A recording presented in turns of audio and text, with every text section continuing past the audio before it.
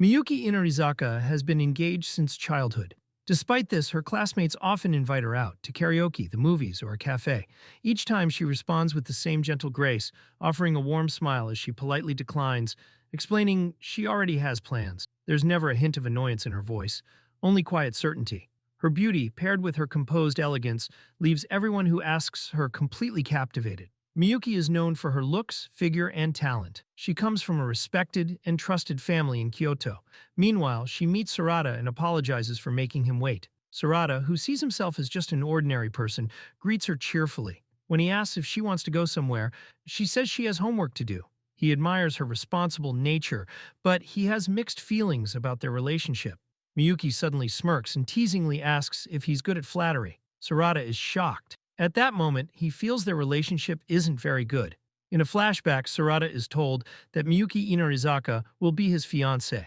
A young Miyuki smiles and introduces herself politely. Young Sarada is too shy and nervous to reply properly. Their grandfathers had been best friends and arranged their engagement. Since their families only met once a year, they rarely saw each other. Sarada is shocked when he finds out Miyuki has enrolled in the same Tokyo high school as him. Back in the present, Sarada asks if she's used to Tokyo life. Miyuki admits she still struggles with her Kyoto dialect. She explains that not many people use it here, and even teachers sometimes misunderstand her. She worries that it slips out when she's not careful. Miyuki is surprised that Sarada understands her dialect. He shyly admits that he learned it for her. He says he worked hard to understand her better, which makes her happy. Their moment is suddenly interrupted when a passerby bumps into Miyuki. The man quickly apologizes and leaves. Sarada asks if she's okay. Miyuki points out that his eyes were wide open, and Sarada awkwardly apologizes, saying he thought he avoided it. He asks again if she's hurt, but she says she's fine. Sarada thinks to himself that the hardest thing about Miyuki is her personality. Her words and her true feelings don't seem to match. Sometimes she teases him, but other times she is genuinely kind. This confuses him.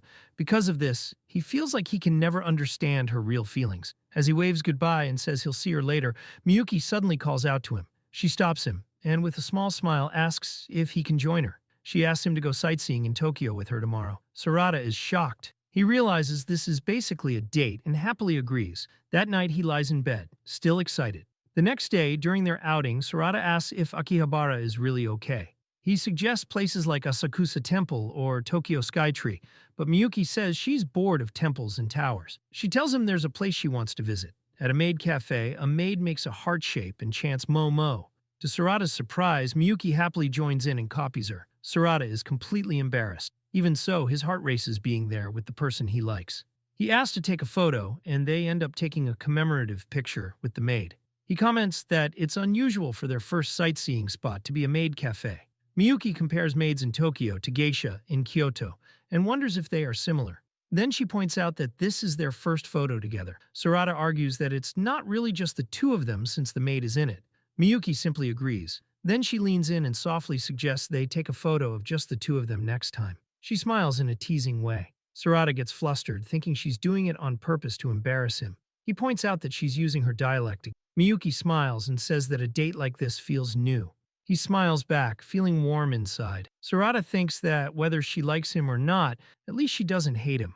Her teasing voice echoes in his mind, but he accepts it. He knows it would be easier to take her words at face value, but he can't. He truly wants to understand her real feelings, so he asks where she wants to go next. They arrive at a wall of gacha machines. Miyuki gets frustrated after failing again and again to get the prize she wants. Sarada is surprised by how serious she is. She has already failed 40 times trying to get a rare item. He suggests buying it online, but she refuses. She insists it must be one from the machine. She walks away, saying she'll try something else to reset her luck. Sarada is confused.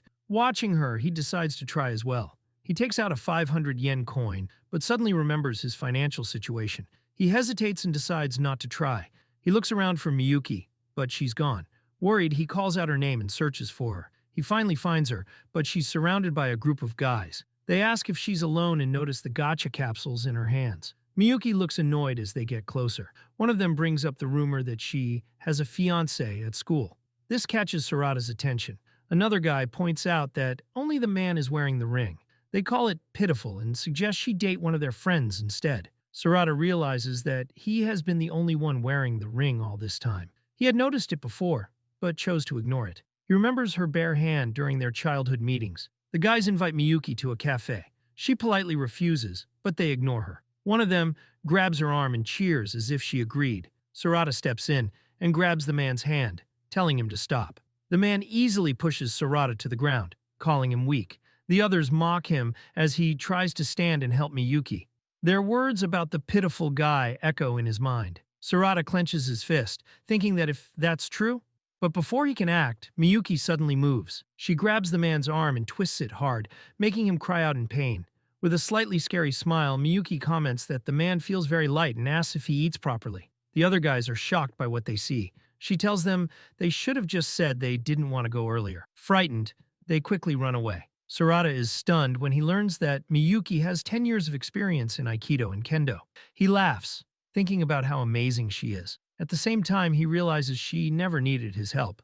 Meanwhile, Miyuki feels a little embarrassed. She turns to him with a worried look, reaches out her hand and asks if he's hurt.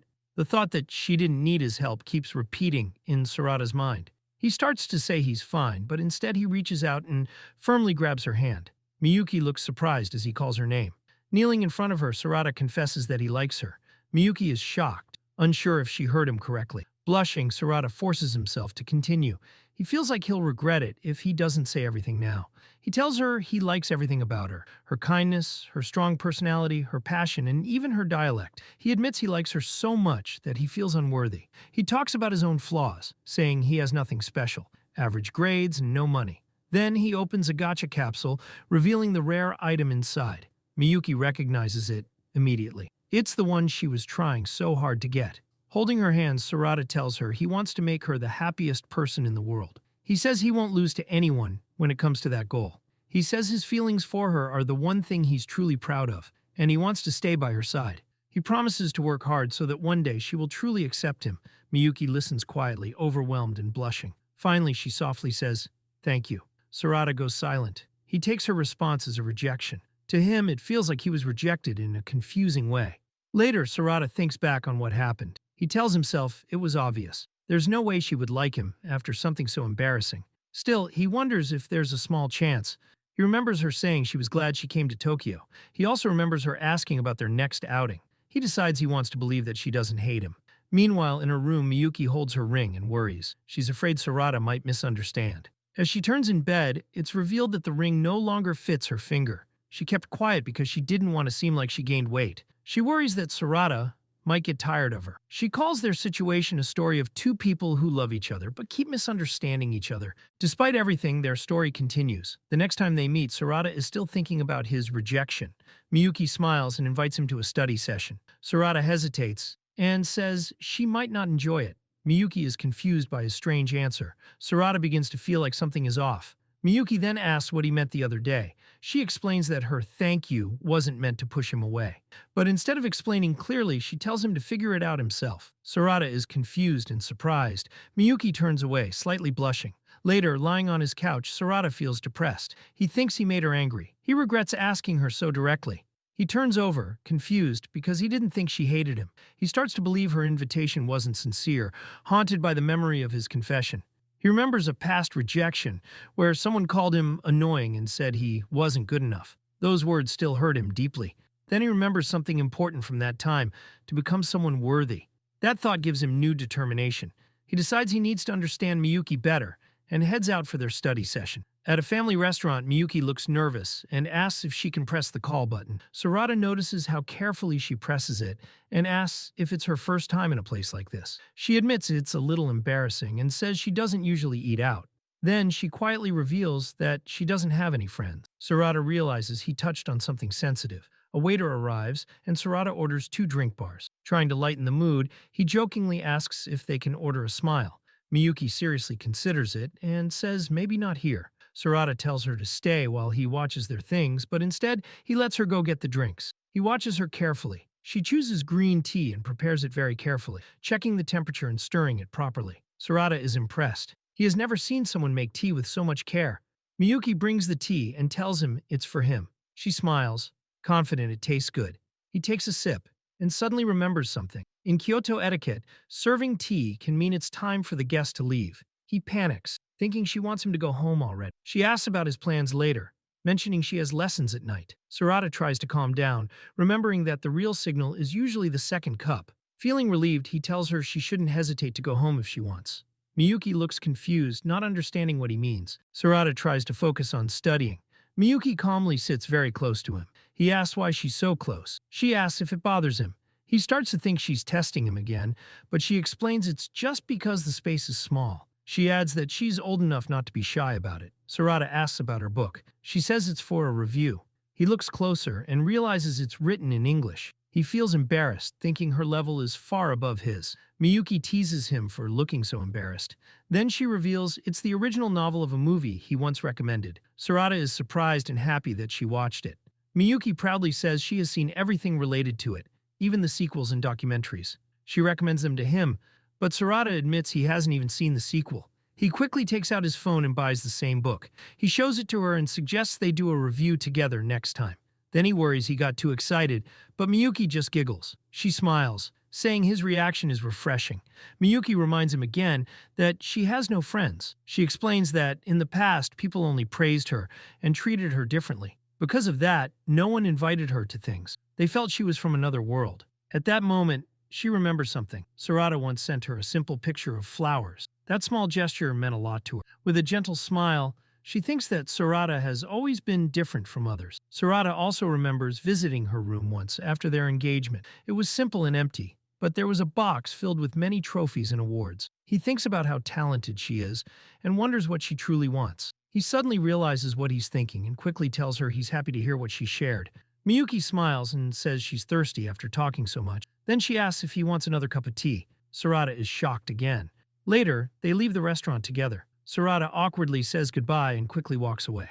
Miyuki is left standing there, confused. She wonders why he left so suddenly, and if she did something wrong. At home, Sarada thinks about the day. It felt like a close call, but overall things went well. He's happy that he got to see a new side of Miyuki. He feels like the distance between them has become a little smaller. At the same time, he knows the gap between them is still big. He isn't at her level yet. He knows he's far from being the ideal person to stand beside her. Still, he holds on to her words, that he has always been different. He falls onto his bed, full of determination to do his best. The next morning, Sarada yawns. He stayed up late watching all the sequel. Someone taps his shoulder. A blonde girl asks him where Miyuki's classroom is. Sarada is confused, but the girl insists it's not important and tells him to hurry. He wonders what she wants. He decides it's faster to just take her there. When they arrive, Miyuki notices Sarada and looks happy. But when she sees the girl with him, her expression changes. With a sharp smile, she comments that he brought a lovely companion and asks what she's doing there. She also points out that class has already started. The girl introduces herself loudly as Mary Hitsujino. She speaks in a very forced Kyoto dialect, which leaves both Miyuki and Sarada speechless. Mary gets excited when Miyuki praises her dialect and admits she learned it online. Sarada starts to worry that Miyuki might actually be angry, even though she's praising her. Mary then says this isn't their first time meeting and asks if Miyuki remembers her. Sarada is confused. Then Mary pulls out a photo from the maid cafe. Sarada panics as he remembers her.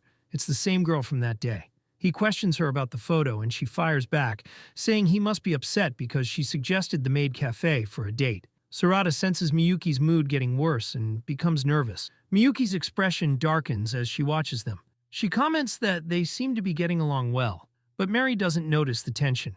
She happily explains that her father is Canadian. She says she recently moved to Japan and has always loved its culture. She excitedly calls Miyuki a true Yamato Nadeshiko. Sarada quickly tries to stop things, reminding them that class is starting. But Mary grabs Miyuki's hands and begs her to teach her how to become a proper Kyoto lady. To Sarada's surprise, Miyuki agrees. As class starts, Sarada sits at his desk feeling uneasy. A strange person has suddenly entered their lives. Mary complains that Miyuki was being cold to her, making Sarada wonder why she was upset.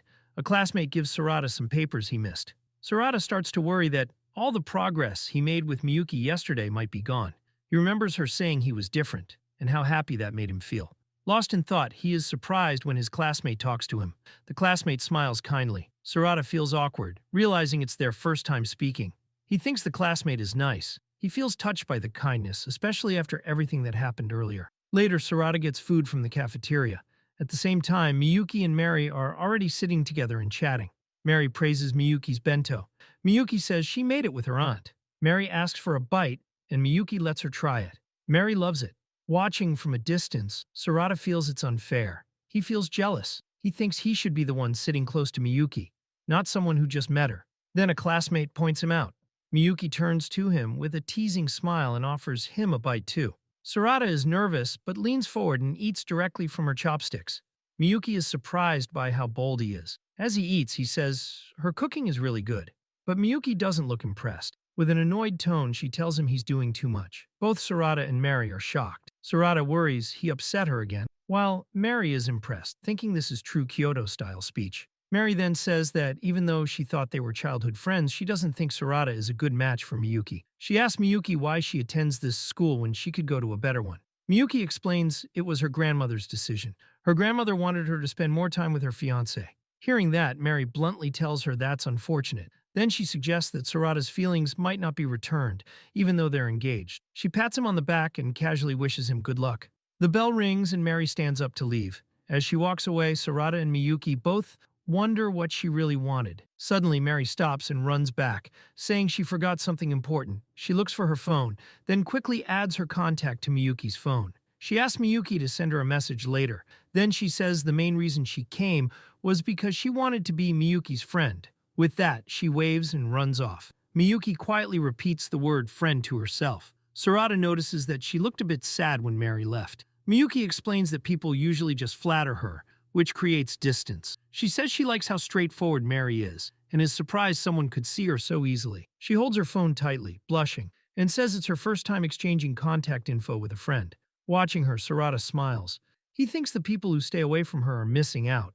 Miyuki panics about what kind of message to send and asks Sarada for help. As he helps her choose, he smiles, but inside, he feels a bit lonely. He realizes Miyuki has made a new friend. He's happy to see her smile, but he feels left out. He notices her voice sounds brighter than usual, showing how happy she is. Mary offers Miyuki some snacks. When Sarada looks, she jokingly says she won't share with him. He wonders why she's eating snacks on the way to school.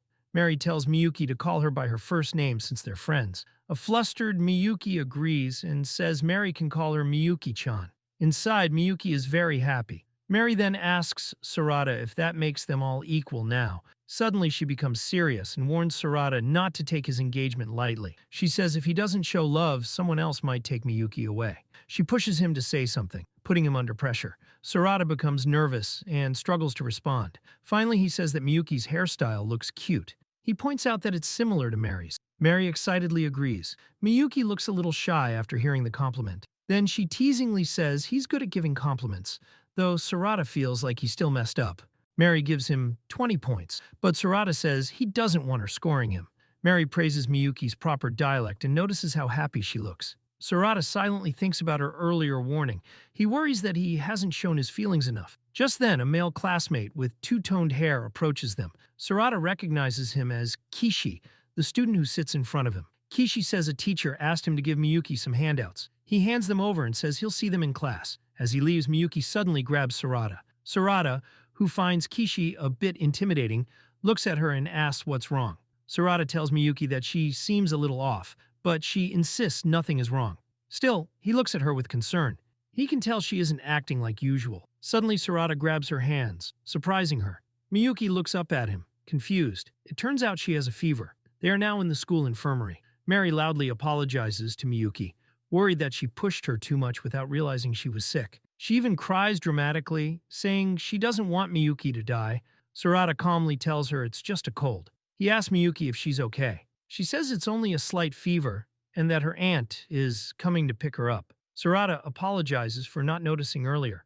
The school bell rings, and the others realize they have to go back to class. Mary promises to message Miyuki later and tells her to rest well. Miyuki says she will go to the staff room. As Sarada starts to leave, Miyuki grabs his sleeve, stopping him. He is surprised. He leans closer and quietly asks how she knew.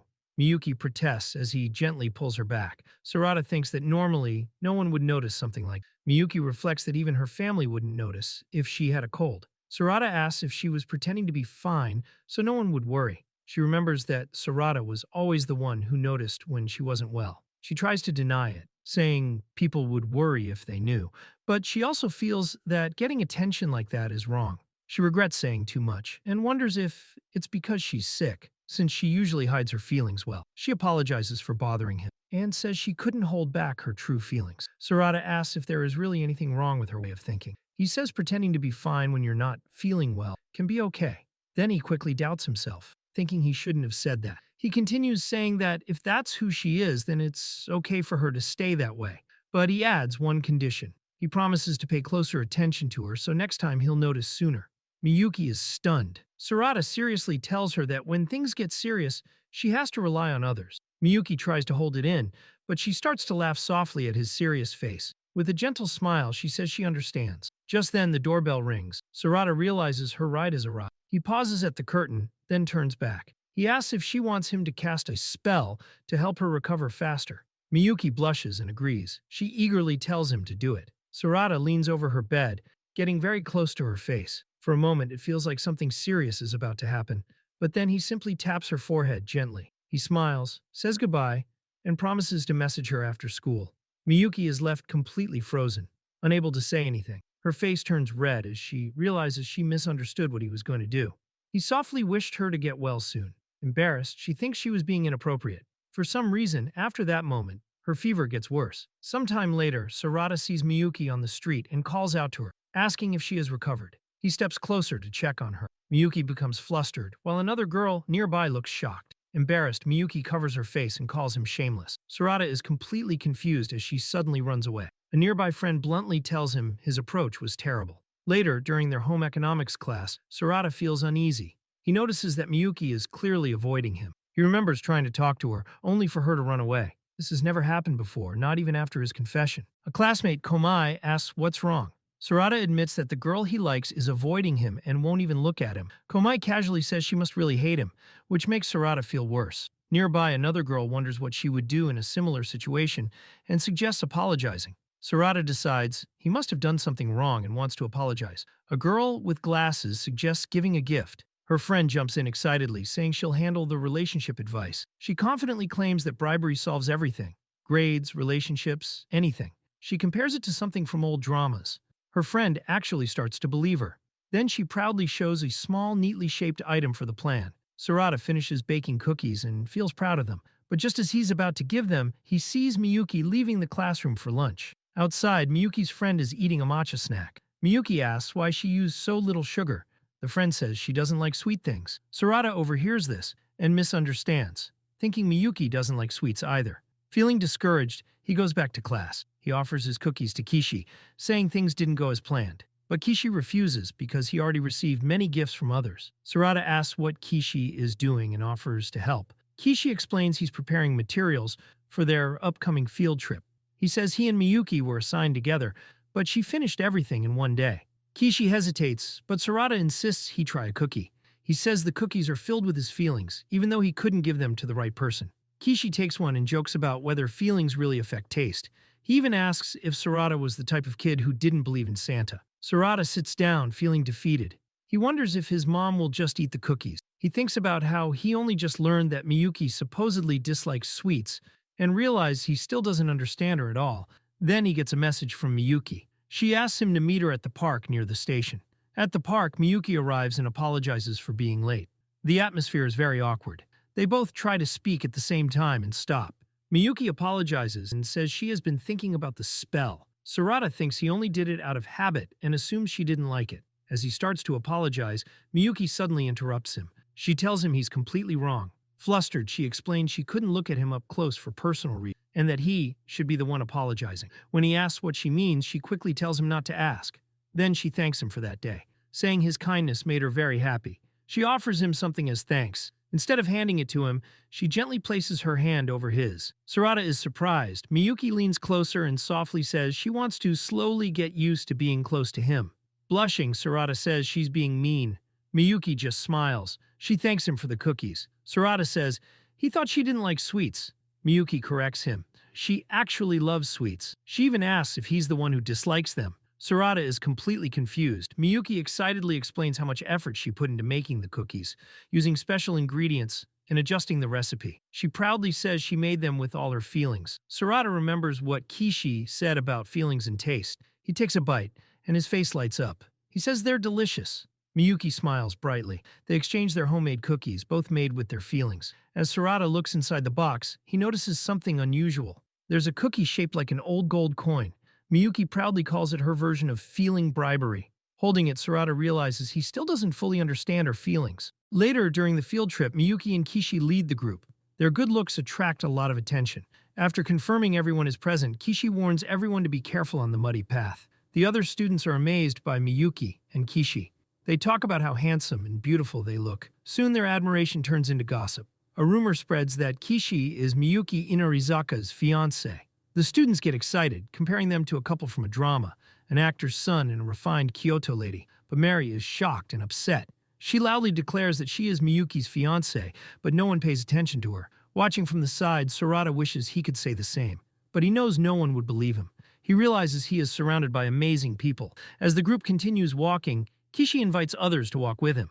Mary offers Miyuki a snack, but Miyuki politely refuses. Sarada watches them from a distance. He still feels like there is a gap between him and Miyuki. While climbing the mountain, the students continue praising Miyuki and Kishi. A girl walking with Sarada says she would feel out of place if he wasn't there. She calls herself an ordinary person compared to them. Kishi overhears this and quietly says it's not something special. He explains that it actually feels uncomfortable when people admire them without even knowing their names. Sarada is surprised by Kishi's honesty.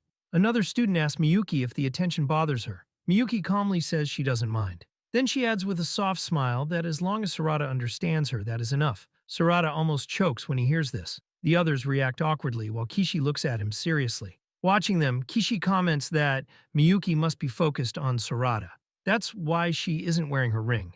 Miyuki gives him a sharp look. Kishi simply smiles back. Miyuki then asks Kishi for his full name. When he says Kishi Takaomi, she pauses. She remembers a child actor with the same name from a drama years ago. She points out that he looks similar, putting him on the spot. Kishi becomes nervous. The other students are surprised to hear this. Kishi brushes it off, saying it's not important and that he quit long ago. Miyuki says she found many results about him online. She teasingly says he seems like the type to repay favors many times over, and that it's a shame he quit. Then she apologizes lightly if she made things awkward. Kishi looks uncomfortable. Sensing the tension, Sarada quickly says they're almost at the top of the mountain. They decide to wait for the teacher. At the summit, everyone admires the view of Mount Fuji. Suddenly, Miyuki pulls Sarada aside and says they should go somewhere private. Sarada is confused but follows her. When they're alone, Miyuki asks if he remembers their promise. Sarada asks which one. She leans closer and says they should take a photo. Just the two of them. Sarada tells her she could have just said that instead of acting cold. As she struggles with the camera, he helps her. They take a photo, but it comes out blurry. Sarada laughs and says it's still nice in its own way. Miyuki calmly tells him to turn on image stabilization next time. He asks to move a bit closer for the next photo. She agrees. He also asks her to send him the blurry photo later. Her reaction reminds him of something. He remembers asking her why she came to Tokyo. Back then, someone asked Miyuki why she didn't stay in Kyoto. She explained that she wanted to experience normal things, like what ordinary couples do. The sound of the camera brings her back. She looks at the new photo and is surprised. This time it's clear, and both of them are smiling brightly. Sarada asks how it turned out. Miyuki, embarrassed by her own happy expression, says it's no good and still blurry. Sarada suggests taking another one later. She quickly turns away, saying she can't show it to him. She feels embarrassed for smiling so openly. Then she runs off when the teachers arrive. Sarada starts to worry that he upset her again. Later, Sarada talks to Kishi. He tells him the girl he likes is avoiding him. Kishi asks him why he likes Miyuki. Sarada struggles, but finally admits it was love at first sight. He says his heart almost stopped when he first saw her, and that she has always been cute. Kishi says that in the end, Sarada is just like everyone else. Sarada feels disappointed. He thought Kishi was different. He thought Kishi was someone honest and kind. Then Sarada suggests that maybe Kishi should cancel his engagement with Miyuki. Kishi is silent for a moment. Then he says maybe Sarada should cancel his own engagement instead. Sarada is shocked. Kishi says it would be better for both of them. Sarada feels conflicted. He wants to defend Miyuki but hesitates. He admits he doesn't know anything about Kishi's past. Then he asks if Kishi's relationship is even going well, since he's the only one wearing a ring. Kishi says that in the end, it will only hurt both sides. He remembers someone from his past saying they would leave him if he stopped being an actor. Kishi tells Sarada that's all he has to say. Sarada is left overwhelmed by his words. As they continue walking, Sarada thinks deeply. He remembers what Kishi said about people only caring about appearances. He realizes he has never truly thought about why he likes Miyuki. He just knows that he does. Someone warns the group to be careful on the steep path. A girl notices the tense atmosphere and asks what happened to the fun mood. She reminds them they are still on a school trip. Meanwhile, Kishi thinks that if things get too awkward, someone like him could just leave quietly. Another girl jokes that maybe this is what people mean by fun on the way up, scary on the way down. Suddenly, someone asks Kishi where his earring is. He is surprised. The others offer to help find it, but Kishi says there's no need. He says losing things happens. Sarada watches him carefully. Then suddenly, Sarada tells everyone to go ahead without him and runs off. He shouts that he knows what the earring looks like. He remembers Kishi was still wearing it at the top. Since the path is one way, he believes he can find it. The group wonders how far Sarada has gone. One girl says it's useless to search, but Miyuki disagrees. She says it's not about whether they find it or not. She reminds Kishi of what he said earlier about appearances. Then she says Sarada will definitely keep searching until he finds it. She knows, because of the look on his face. Kishi is surprised by her confidence. They go back searching, but still can't find him. Miyuki starts to worry. Suddenly, they see someone stuck in the bushes. The girls scream. It's Sarada. They pull him out. Smiling, Sarada says he's okay. He explains that he found the earring stuck on a tree below and got stuck trying to reach it. Kishi listens silently. Sarada hands him the earring and says he's glad he found it. Kishi stares at it, speechless. Then suddenly he grabs Sarada and yells at him. He says what he did was dangerous. He asks why he would go that far. Sarada admits he knows he was interfering.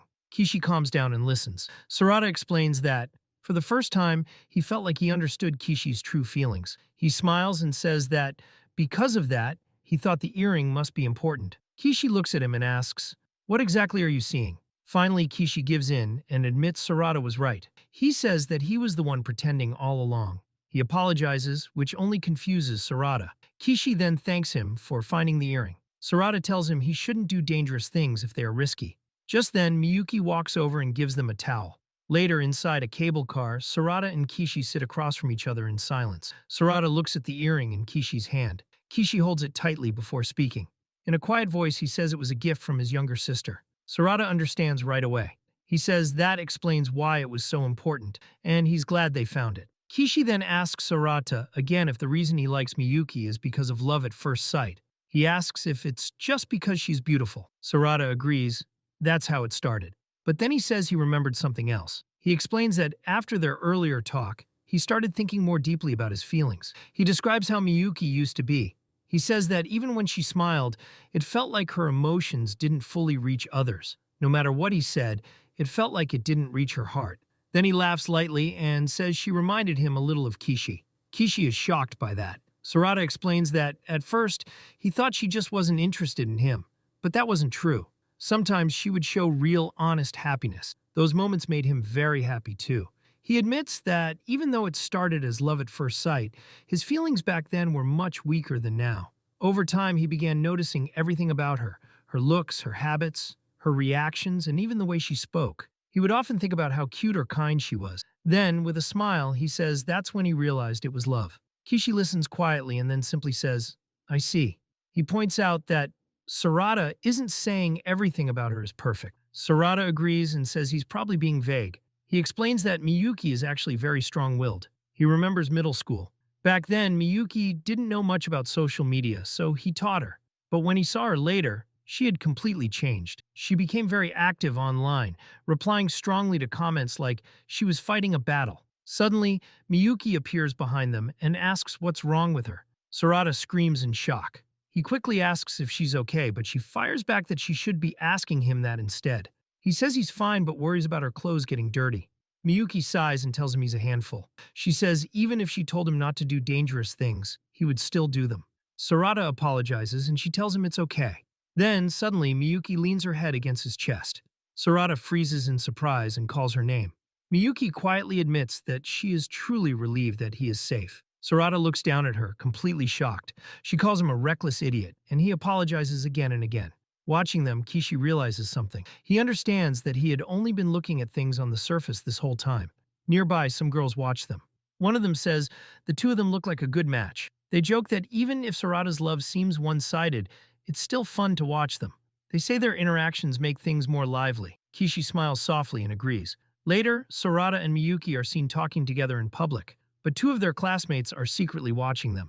In a flashback, Kishi asks Sarada about his plans for Saturday. When someone mentions a date, Sarada says he'll probably just study since he doesn't have a job. Kishi then gives him some tickets, saying he should at least try using them. He explains they were given to him by someone else. He also says it's his way of apologizing for earlier. Then he gives Sarada even more tickets for different places. Another flashback shows Sarada asking Kishi how far his relationship has gone. Kishi remembers a painful moment where a girl slapped him and mocked him. She tells him not to interfere with Sarada's life. Kishi quietly says that the only thing they ever did was hold hands as children.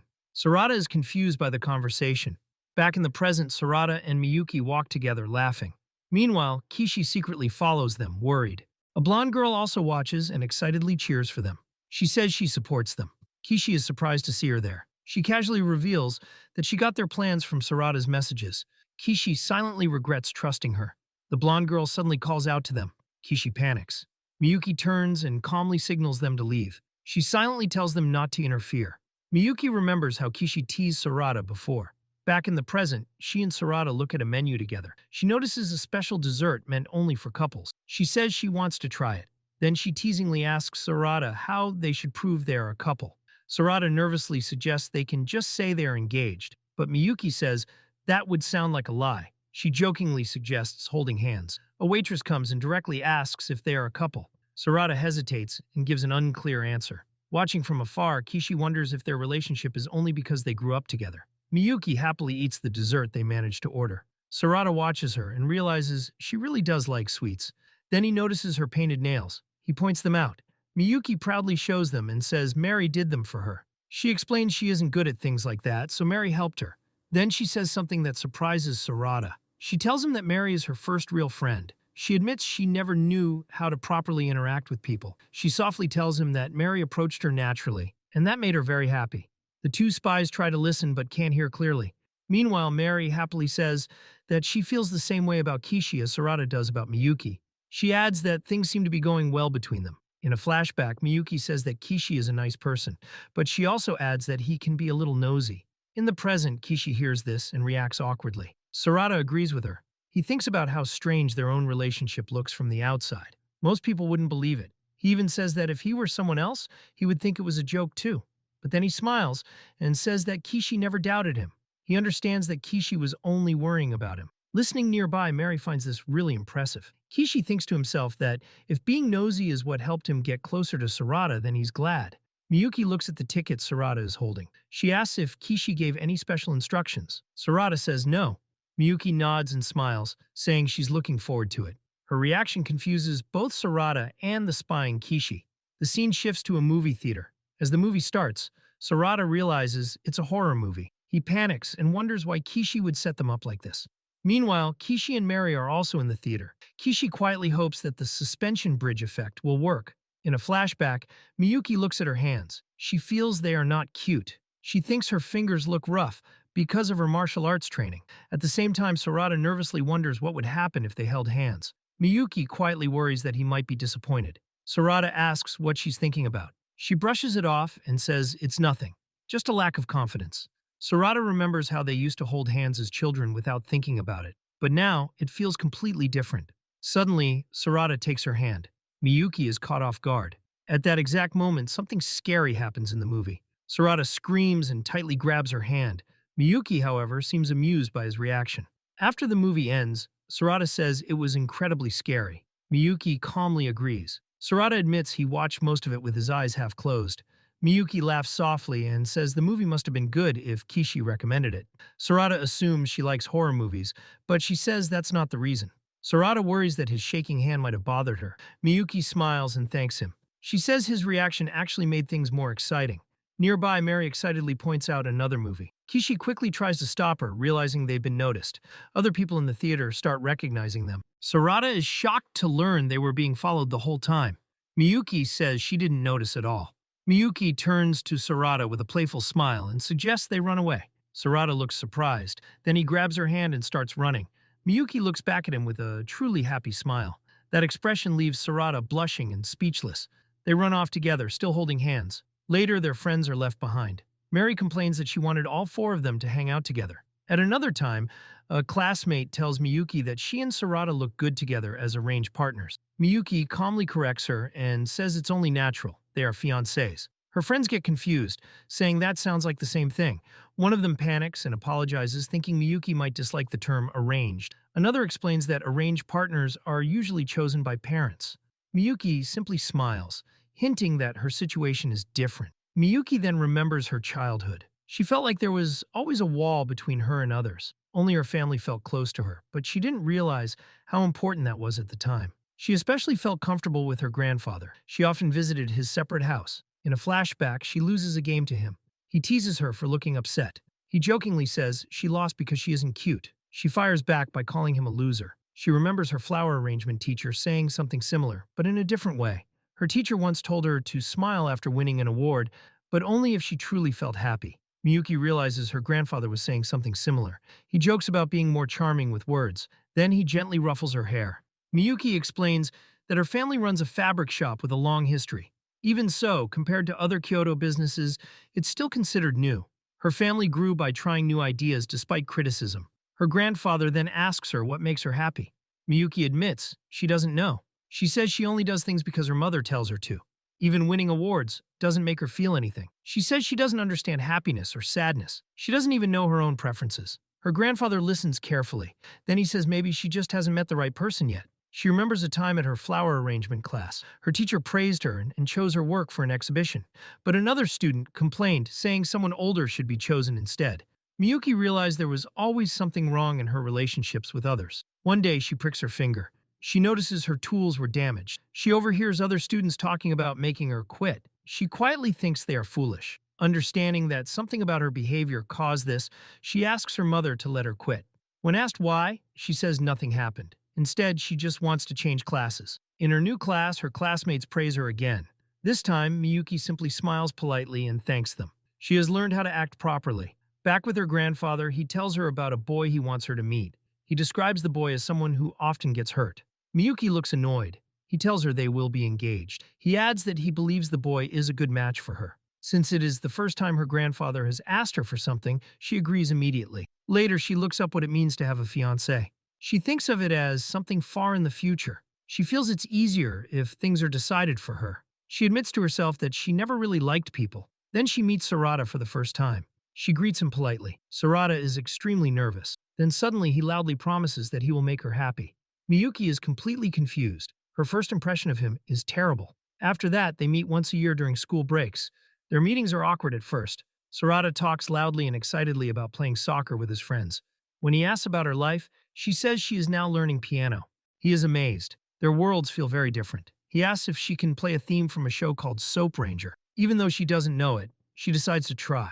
She wants to fulfill her grandfather's request. The next year, Sarada gives her a flower. It is wilted. Miyuki realizes he brought it all the way from Tokyo. His mother explains that he grew it himself for a school project because he couldn't afford a gift. She also reveals he was worried and even cried about what to give her. Sarada feels extremely embarrassed. Miyuki quietly realizes how much effort he put in, just for her. Even after receiving the flower, Miyuki felt nothing inside. Still, she gave Sarada her usual polite smile. She told him she was happy and thanked him properly. She made sure to smile brightly, but even then she didn't understand why Sarada looked so troubled by her reaction. Later, she looked at the flower again. It was already starting to wilt. The next year, Sarada didn't come at all. Miyuki apologized to her grandfather, saying it couldn't be helped. Her grandfather looked sad but agreed. He asked if she had started to like Sarada. Miyuki said she didn't know. She only knew that she wanted to fulfill his request, and she felt sorry she couldn't. Her grandfather gently patted her head, surprised she cared that much. Miyuki then convinced herself that Sarada must have realized they weren't a good match. She accepted it. She thought she just wasn't good at connecting with people. She even felt relieved that the engagement might no longer matter. After everything, she still felt nothing. She didn't understand herself at all. There was only a quiet, cold emptiness inside her. Another year passed. Looking at all her trophies, she decided to throw them away. Suddenly, she heard a noise from her window. Someone was climbing onto the roof. She looked outside and saw Sarada. He waved at her with a big smile. He invited her to go see the bonfire festival. Miyuki was shocked. He had disappeared for a year, and now he suddenly appeared like this. Sarada seemed a bit nervous. Miyuki noticed his pocket was wet and asked about it. After hesitating, he reached inside and pulled out a flower. He proudly said he learned how to carry flowers properly this time. But Miyuki could tell it was still a little wilted. An awkward silence followed. Miyuki quietly sighed and went back inside. She told him to wait. Sarada stayed on the roof, confused. When she returned, she carefully explained how to properly preserve a flower. Sarada was amazed and said she was like a professional. Miyuki didn't react much. Her expression stayed calm and unreadable. Sarada admitted he thought she might not come back. They both got confused about why the other would think that. Miyuki felt embarrassed inside. Then she brought up the bonfire again and asked if he still wanted to go. Sarada hesitated, worried they might get in trouble. Miyuki pointed out it was already late anyway. She said the event would start soon, and they could make it in time. Sarada happily agreed. He helped her down from the roof. As they left, he explained he was late because he had to meet his father first. On the way, Miyuki asked why he came through the roof. Sarada said he was trying to avoid his annoying brother. Then he admitted that his days had been boring, and being with her felt refreshing. They kept walking together. Sarada admired the view.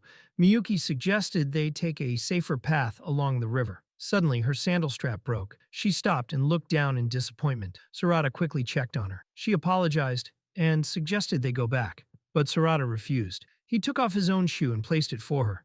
Then he crouched down and silently offered her a piggyback ride. Miyuki was shocked. She worried about her kimono and her weight, but Sarada insisted it was fine. As he carried her, it was clear he was struggling. He tried to hide it, but Miyuki pointed out that he was a bad liar. Soon the surroundings grew darker. Sarada was surprised. Miyuki explained it was a planned blackout for the bonfire. They reached a good spot near a bridge and waited. Miyuki asked why he seemed happy that it was just the two of them. Sarada thought about the year he didn't come. He admitted that he felt awkward before. He thought they weren't a good match. He also felt like he wasn't good with people. As Miyuki silently struggled with her own emptiness, Sarada suddenly spoke. He said he had something for her. He opened his hand. Inside was a small handmade ring. Miyuki stared at it, confused. Sarada proudly said he made it himself. He explained he heard somewhere that giving a ring would make a fiancé happy. He said he wanted to give it to her last year, but couldn't finish it in time. Miyuki finally understood. That's why he didn't come last year. He had been working on this gift. Sarada asked why she thought they weren't a good match. He said the only thing he worried about was whether she would smile. This time, Miyuki truly smiled. She thanked him sincerely. She realized something important. Sarada had always noticed that her smiles were fake. Even so, she still felt empty inside. She apologized. She told him she didn't know how to show her true feelings. She said she couldn't understand emotions like happiness or sadness. She remembered how others used to talk about her. They said she was cold and unpleasant. She knew she made people uncomfortable, but didn't know how to change. Thinking she didn't deserve such kindness, she said she had already given up on herself. Sarada asked if she disliked the gift. She tried to brush it off and told him not to worry. She promised she wouldn't hurt his feelings again, but Sarada didn't stop. He said he would keep trying until she could truly feel happy. Miyuki was left speechless. Then he made a firm promise. He said he would definitely make her happy. At that moment, the bonfire lit up the mountain. Miyuki quietly said it was beautiful. Sarada softly called her name. Miyuki gently thanked him again. Later, her grandfather confronted her. He asked if she had snuck out with Sarada. She tried to deny it, but he saw through her lie. He revealed that her brother, Ayano, tracked her using GPS. He said he was just worried and told her to be honest next time. He then told her she was no longer allowed to go out alone. Miyuki quietly agreed. He teased her, calling her a naughty girl. At that moment, her brother Ayano appeared. His eyes immediately focused on the ring on her finger. Ayano notices the ring and asks why Miyuki is wearing it on her index finger. Miyuki calmly replies that she can see it better that way. Ayano sighs and explains that engagement rings are meant to be worn properly because they show that two people are fiancés. This makes Miyuki pause and think. She asks what the difference is between fiancés and promised partners. Her mother explains that promised partners are arranged by parents, while fiancés are people who choose each other and accept a proposal. She gently adds that in their case, the difference is not very big. Then she mentions that the ring must have taken a whole year to make. Miyuki remembers. In a flashback, Sarada excitedly talked about how difficult it was to make the ring. His mother laughed and called him cute and hardworking. Miyuki recalls how honest and straightforward he always is. Looking at the ring, Miyuki quietly points out that it is a little rusty.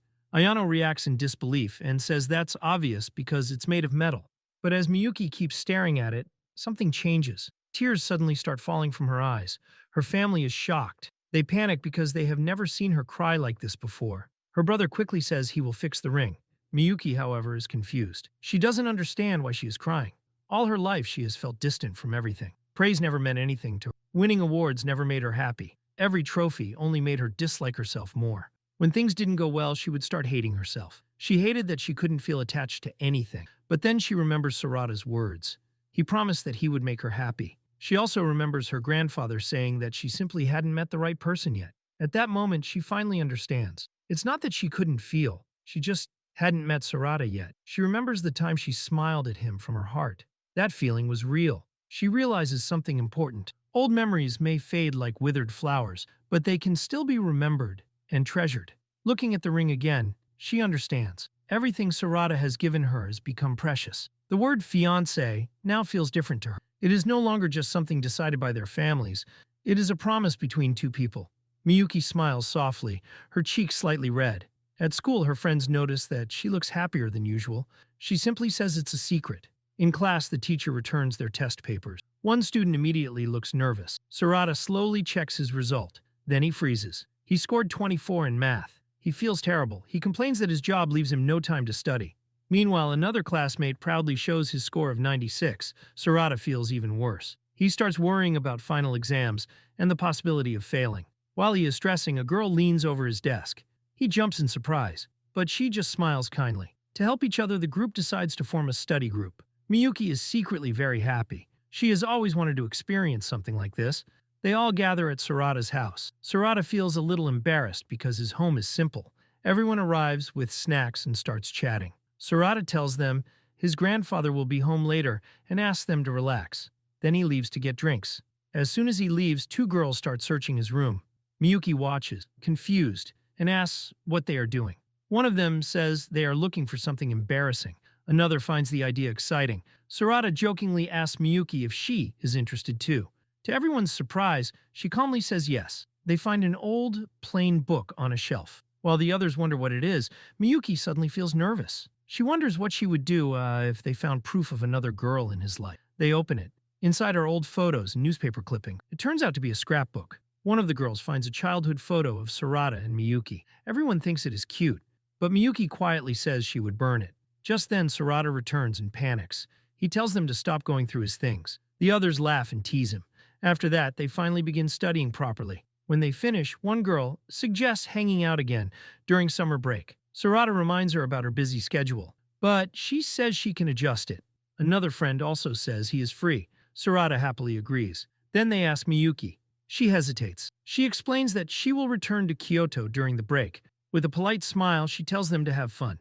Miyuki then asks to use the bathroom. Sarada shows her the way. As she walks away, one of the girls suddenly looks surprised, as if she realized something. At that moment, Sarada's grandfather comes home. He is happy to see Miyuki. He says if she had come tomorrow, the whole family would have been there. Then he realizes it's just her and Sarada and quickly apologizes. Miyuki explains that her friends were visiting too.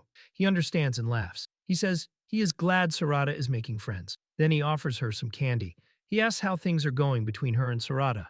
Miyuki calmly says they are getting along well. But inside, she starts thinking about him. Sarada's grandfather tells her not to worry about what someone named Sakuhiko said. He encourages her to live freely with Sarada. Miyuki quietly accepts his words. He is happy that she came to visit.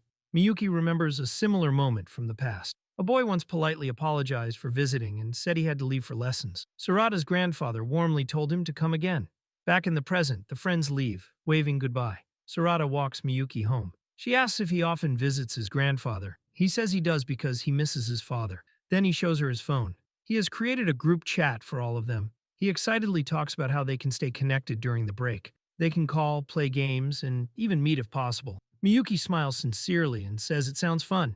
Sarada becomes flustered seeing her smile. Then Miyuki teasingly says that they could also talk privately, just the two of them. She smiles at him. Nearby, two girls are watching someone. One says the person looks familiar because of their eyes and presence. The other is unsure. But the first insists it is the same person from Miyuki's childhood photo. She wonders if it might be Miyuki's brother. At the same time, that person bumps into a man wearing a traditional kimono. The man gives a sharp, strange smile and says it's fine since he wasn't paying attention either. Then he walks away. The man reads Miyuki's message about coming home after the semester ends. Moments later, his phone rings. It's her. After confirming her plans for the summer, he tells her he'll let their mother know. Then, a faint smile touches his lips as he adds an unexpected suggestion. He asks if she could bring Sarada along to Kyoto. I'm looking forward to it, he says. Sarada came out of the changing room with a shy expression as Miyuki greeted him with a big smile and told him that it fit him. He then changed into another shirt and found Miyuki wearing the same expression, saying she found the patterns quite pretty.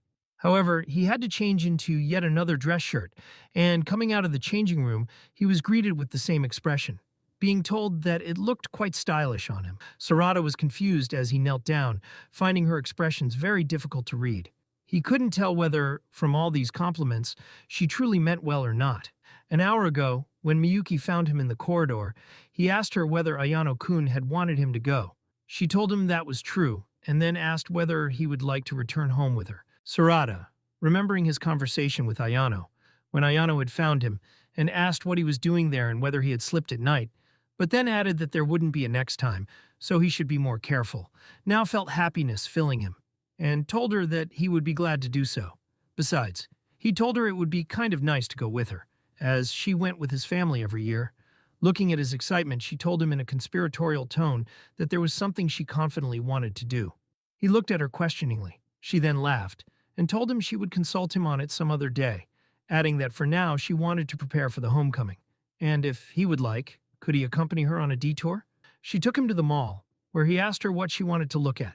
Thinking for a moment, she told him she wanted to look at clothes. Hearing that, Sarada became quite excited and told her he wanted to look at clothes as well, since he had grown out of his from last year. He then remembered that up until middle school, Miyuki had been taller than him, and he had to catch up with her by drinking milk every day. Now they were the same height. She told him that was perfect, as she herself had actually, and then cut her sentence short, as if remembering something, and told him he had got it all wrong. She had just noticed that it was not only her bosom, but her overall growth, so it was just a normal growth category. She then told him she wanted to look at other choices along with some handy goods, so they should look around the store together. They started to check the nearby racks. Sarada found her very indecisive as she showed him dress after dress. He told her why didn't she just try them on and then decide. She told him he was right. She then went into the changing room, and when she came out in the chosen dress, she was sparkling in it. She told Sarada that she was not really the type to wear these dresses, but asked him how he found it. With his jaw dropping, he told her she looked very cute. She then changed into another one and asked his opinion. He told her she looked cute in that one as well. She then changed into another, but she was quite confused, telling him that this dress seemed quite provocative. Sarada found his mind overwhelmed by her beauty. She further told him that the dress came with the innerwear. Sarada didn't know what to answer, and thought, while looking down, whether he should tell her it looked pretty on her, but then thought it inappropriate, before finally deciding that the best choice would be to tell her it looked cool on her. She looked at him with astonishment. She then changed into another and asked his opinion. He told her it looked stylish, but realized she didn't seem happy to hear that, as she herself seemed troubled. She then changed into another one and asked about it. He told her it looked nice. She continued changing from one dress into another as he found himself struggling to find new words to compliment her, using words like refreshing and lovely. He asked her whether they hadn't lost the plot a while ago. She apologized and suggested that it was troublesome and whether he would like to try something on. He told her it would be summer when they went, so wearing his hoodie would make him sweat. She told him that was true. Besides, she wanted to see him in something other than a hoodie. And so, from then on, his marathon of changing clothes began, as she told him to leave the coordination to her. Some of the clothes she found fitting, while others she found fitting but not suiting him enough. On top of that, she started complimenting him in the same confusing way as before. He couldn't understand what she meant, but somehow he felt that her expressions were different, and he didn't know which was praise and which wasn't. He then thought that she really disliked the casual one, so he should go with the fashionable one, as it wasn't that bad. However, seeing him choose that, she handed him another shirt, telling him that the first one might be fine, but this one would better fit the atmosphere. He thought he was wrong, but then, holding the shirt, he looked at the price tag. It made the ground slip beneath his feet. It was 27,000 yen. The whole world seemed to spin around his head as, putting it back, he asked her whether she wanted to stroll through some other stores. He then remembered all the times they had shopped together, when she bought everything without caring about the money, and another time when he brought flowers for her. She had told him that he never forgot to buy flowers for her every year and asked whether he had grown tulips that year as well. He told her they looked lovely. She then asked him whether he knew what tulips meant in floriography. Confused, he asked her whether they meant something bad. She told him that since he gifted her different colored tulips every year, their meanings were different. But a single tulip meant, "You are my destiny." She then told him it was better not to check, as she would surely be embarrassed and wouldn't be able to face him. He thought this meant they certainly didn't mean well. She then told him that he could investigate if he wanted, but from then on, could he give her a present every year? He asked her whether that would be okay. She said yes. So there were many times when he didn't understand her true feelings, but even if her smile had ulterior motives, whatever she did made his heart dance. A few days later, he bought some similar clothes, and she told him they fit him. He asked which dress she had chosen. She told him it was a traditional kimono. Hitsujino first heard about Miyuki in the corridors when she heard someone mentioning her delivering a speech in front of the school and that she was a kid from a big Kyoto family. Besides that, she was a total beauty and had so much aura. They also mentioned hearing that her fiancé went to the same school. They found her story to be something like it came out of a drama. Hitsujino touched her grandmother and mother's photo as she bid them farewell and told them she would be back later. She greeted Miyuki on her way, beaming with happiness. Someone passing by commented on her fake Kyoto accent. Hitsujino told her that finally the semester was going to be ending, and that if they had to take the remedial courses, she didn't know what she would do. She further told her that she was smart, so she was sure she would help them. Miyuki told her that she believed that to be true, as she never had difficulty with her tests. Hitsujino told her what a beast she was. She further added that she guessed it was normal for everyone to regard her so highly, so she believed the real beast would be someone like her brother. She asked her whether her brother was that kind of person. Miyuki told her that it was true, and then asked whether she could tell her her availability during the summer. She told her she was basically free during all of August, but her father was coming in the middle of July. On the other hand, Sarada was glad he had asked his friend, as Miyuki would have been embarrassed to walk with him if he had taken the remedial classes. His friend asked him why he was so worked up and whether he wanted to look at dog videos. They laughed together while watching them. Hitsujino thought about how they had English class after homeroom. She was too tired. She then thought about where they would go when her father came. Her classmates then came towards her and told her they were going to celebrate after class, begging her to invite Inarizaka. She told them she understood their feelings, that if she were a boy, she would have wanted to be an acquaintance with that beautiful girl. Someone commented on what was wrong with her. She told them she couldn't invite Miyuki if she didn't want to. They thought she had a point, even if she wasn't usually like that. The girls in her class asked about Kishi. She told them she didn't recommend him, as he looked like a dark and evil person on the surface, and the way he talked to Sarada as opposed to everyone else couldn't be more different. Besides, even though he seemed kind, he was not interested in girls. Kishi, who had heard this, asked Sarada what kind of slander she was spewing about him. Hitsujino then lay down on the floor, thinking to herself that everything seemed so hard other than English. Besides, she didn't know whether she had moved to the next class or not. A girl came to her and told her she was so natural. Didn't she find it too amazing? When she didn't understand, the girl told her she was talking about her accent. She told her she was so used to Japanese culture that she even forgot she was an exchange student. This really made Hitsujino happy. She then remembered that it wasn't like this when she first came. Girls had talked behind her back about something being off about her. Besides, she hadn't got the manners or etiquette right. She further recalled that her mother was Japanese, so she was raised speaking Japanese. Besides, her dad was so busy that he wasn't there to spend time with her, so she always watched Japanese movies and read comics with her mom. This was why she had stuck out like a sore thumb in Canada. People around her made fun of her. Her friend then asked whether that meant she grew up with her mother and grandmother. She told her it was so, as her rice was so good. So she was separated from her dad and could only see him during the summer break. Her friend, on hearing this, told her that if she ever felt lonely, she should tell them. This came as a shock, because ever since she came here, she hadn't been lonely. Her parents had done so much for her, and her friends had made things as fun as possible. So her lifetime in Japan, following her mother's steps, was irreplaceable. Or perhaps it was that she was actually trying to forget her mom. Back then, she had been very clumsy and apologized a lot, but her senpai told her she had to bow in times like that, and added that this could be because of her nationality, but other people could perceive it differently. Now, going back home, she got 2 texts. One was from her grandmother, who told her that her father was not coming, and the second was from her dad, who just said sorry. She went to meet Miyuki, who found her quite down and gave her an onigiri. She asked her why she had given it to her, as she was kind of full, Besides, it had a sort of gawa feeling. Smiling at her, Miyuki told her that she couldn't ask her yesterday, but if she didn't mind, could she come with her to Kyoto during the summer break? There were a lot of spare rooms in her house, and she believed her parents wouldn't mind. Besides, she would also invite Sarada and Kishi, so it would be nice if they all went together. She then asked her opinion on it. She then remembered all the times she had been reminded of her using the Kyoto accent a lot, but then she told her she wanted to come, if it wouldn't be too much of a pain. Miyuki told her she actually didn't mind. Hitsujino, who was also called Mary, told her she was so mean.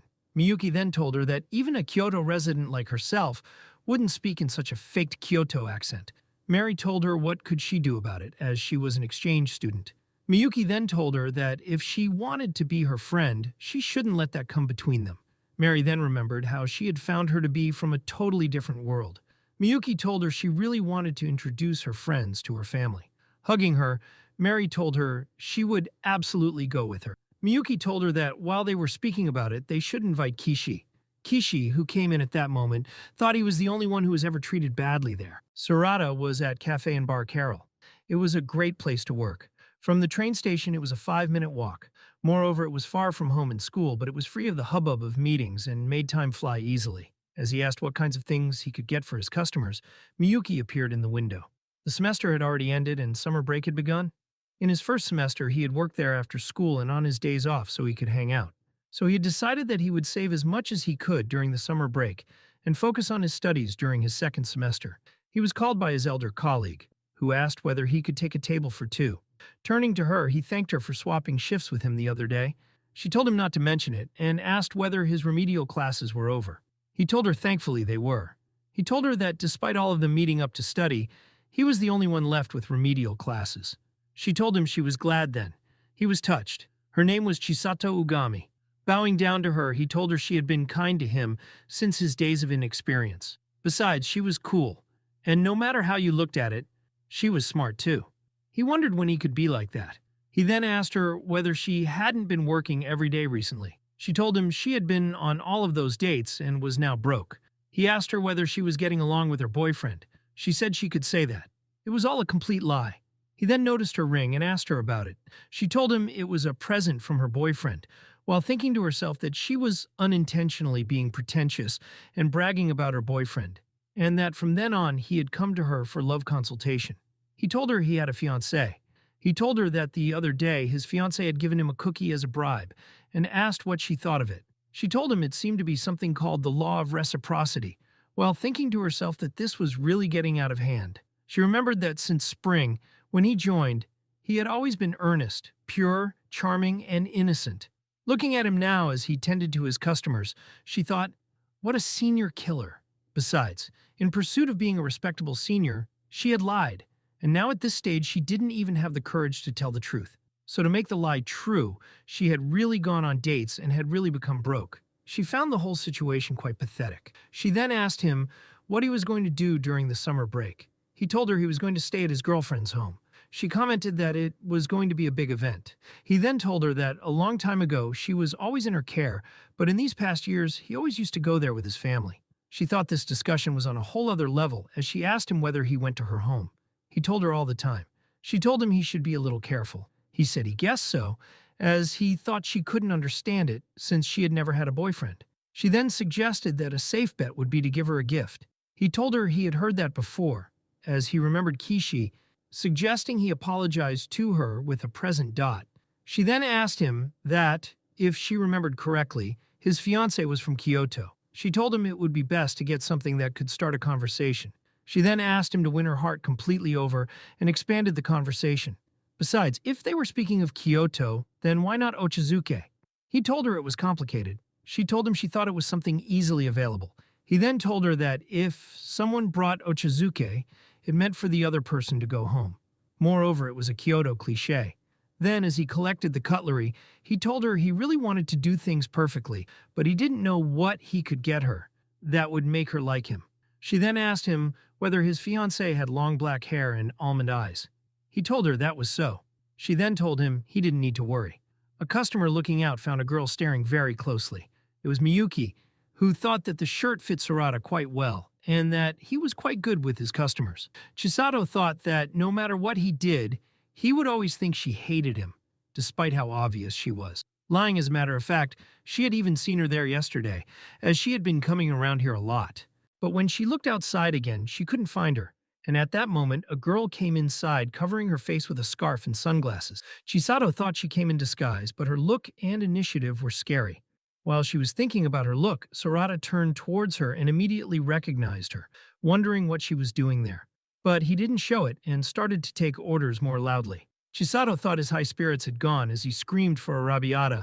All the while, Miyuki was taking pictures of him. She thought what a complete mess. Sarada thought he was complete trash. Chisato told him he was burnable, but not trash. He told her to stop with the scary replies. He told her he had tried to be worthy to look at, but he was uncool. Seeing him distressed, she told him he wasn't the slightest bit uncool. She then told him that despite not being confident in himself, he had given it his all. So what was the point in denying it? Or was he subservient since birth? Because that would be uncool. She then asked him whether it wasn't the reason she fell in love with him, that he had given his all to it. She further told him that since she started college, she had decided to dye her hair and also stopped wearing glasses. She also joined circles that didn't fit her and tried so hard to go to the mixers. Besides, even if she was a liar and a pathetic person, she would be honest, she thought, and further told him that even though there would be a lot of burnout and pain, she wouldn't regret it as she believed that pushing herself would mold her future. She then added that it was kind of preachy of her, seeing the shocked expression on his face. At that moment, their colleague walked in and reminded them it was time to get back on the floor.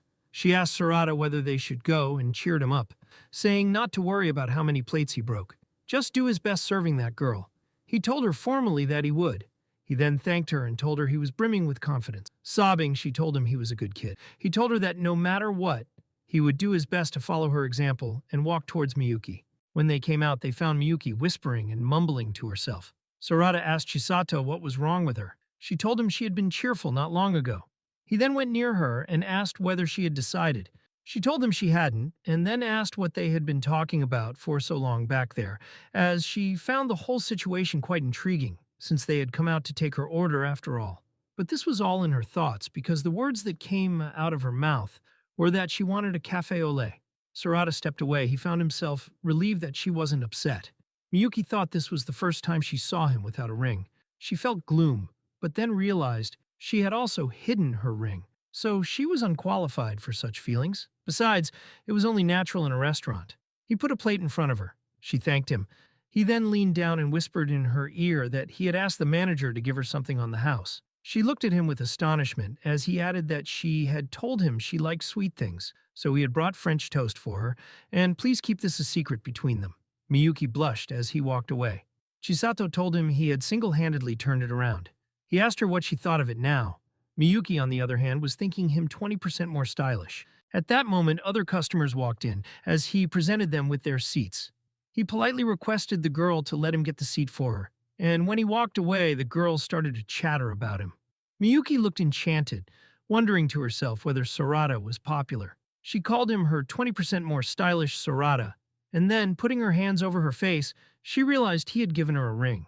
Besides, it was a weekend, so there were a lot of customers, and she started to eat her French toast, which she found quite tasty. Looking at him, she thought she had come at a wrong time, so at least she should try not to be a bother. At that moment, Sarada walked towards her with a kettle for a refill, but she told him she was fine. Besides, wasn't he busy? While thinking she didn't want to be a bother, he was shocked and hurried off as Chisato came after him, asking why he looked worried. He told her not to approach him. He then remembered that every time he went to her home in Kyoto, Ayano would say he came that year as well, and that he must be busy with his studies, as her grandfather smacked him on the head and bowed down in front of him, advising him not to overdo it. He couldn't understand why the grandfather was so angry when Ayano said that, so he looked it up and found that when he said it, it meant go away. So it was a roundabout rejection, and he would try not to get near her until things cooled off. She, on the other hand, realized why things between them always got complicated. Chisato placed a glass of water before her as she looked at him from the corner of her eye. He then told Chisato he would be heading out now. She wished him good luck. He found Miyuki outside and asked whether she had been waiting for him and thanked her. He then told her he was glad things had cooled down between them. She asked what things, but then asked another question, whether work was fun. He told her yes, as his manager and senpai were good. Besides, the staff meal was good too. But before he could say anything more, she grabbed his hand from behind, the one with the ring. Astonished, he asked what had happened. She stuttered incomprehensible words. He couldn't understand what she was saying. She pushed him against the wall as a car honked behind him and told him not to look away. It seemed to him that she had saved him from a car crash. He thanked her. She told him not to mention it. He told her he had been looking at her, so he hadn't noticed the car. She tried to interrupt him, telling him it wasn't like that. But he continued on, telling her he was so glad she was there, as he had been stealing glances at her while working, hence why he had broken so many plates. Without realizing her feelings, he told her he was really not a match for her. He told her that since it was dangerous, why not hold hands? Sarada reached the train station as the boarding announcement was made. He thanked the others for waiting for him. As he walked in, he asked Kishi whether he didn't have a lot of luggage, as Miyuki glared at him. He then, looking at the bouquet in Sarada's hands, asked what he had bought. He told him they were flowers, along with a souvenir his senpai had told him about. It was a grand gathering of Kyoto flavors, including matcha, ramen tofu, pickled vegetable flavored, and crunchy chocolate. The others found them quite awful, as apart from tofu, all the other things sounded strange to them. They were told to be careful as the plane was departing. They settled in their seats. Mary told Miyuki they had been told they would reach Mount Fuji at 12:50. She told her she was looking forward to it, as the boys looked at them sideways. Kishi asked Sarada whether he was nervous. He gave him a drink and told him it was sugar-free. The girls were staring at them. He told them there was some for them as well. Miyuki reminded him that he went to Kyoto every year. He told her this time was different, as the invitation was from Ayano. Hearing that name really distressed Sarada, and he wondered whether everything would go along well. Kishi told him to put his luggage down there so he could have some legroom. Kishi then asked what he was holding in his hands. Sarada began to say he didn't have much on him, but Kishi interrupted him, asking that he knew it was a gift, but why the flowers? When he found him shy, Kishi exclaimed, My. Miyuki, peering over her seat, told them they were all traveling together, so they didn't need to be worried. Mary smirked at them as she offered them some ajari mochi. They were reminded not to eat Kyoto's snacks on the way there, as the announcement about the next stop, Nagoya, was made. Sarada had only one thing on his mind, that Ayano had invited them there. Besides, it was a 5-day, 4-night stay. He always went back home after staying for 1 or 2 nights, so it would be the longest he had ever stayed there. Moreover, if it was Ayano who was inviting them, it meant he had an ulterior motive, but he had the sweets his teacher had told him about, so no one would get in his way. And then they reached Kyoto. Mary was so excited as she looked around. It was her first time there. The place was so spacious, and there were such huge ceilings. She breathed to the fullest, finding the air delicious as well. Miyuki asked her that even a train station had become sightseeing for her. There were the great staircase, and going inside was the ramen highway. And then there was the skyway. Mary was having so much fun while Sarada was thinking that, despite being invited so many times, he had never gone sightseeing. Looking back at them, Mary told them she wanted to go up Kyoto Tower, her eyes sparkling. Kishi told her they had just arrived and he was already beat, but Mary insisted on going. Despite his being tired, they went to see the summit of Kyoto. They went up. Mary, taking pictures, found it to be a complete 360-degree view. Sarada thought it was his first time up there. Mary exclaimed with excitement that there were a lot of temples around, or that there was a temple right under her feet. Miyuki told her it was Higashi Honganji Temple. Kishi commented that Osaka was so far from there, while Sarada asked whether he could see Osaka Castle from there. Miyuki told them there was an expression when it came to the concept of Kyoto Station. Kyoto was a gateway to history, or so it went. If they walked around the town, they would run into fragments of history scattered around. She further told them that those who stood there and saw that very scene were featured in textbooks. Besides, it left a person speechless when one thought about it. She then asked Mary how she found it, and didn't it make her look forward to taking a stroll around tomorrow? Mary agreed that it was the case. Miyuki told them she had even made a guidebook, which she would give them when they reached home. Kishi commented that she sure loved Kyoto a whole lot, while Mary found her quite skilled. They finally reached Miyuki's home, as Sarada wondered whether Ayano was home.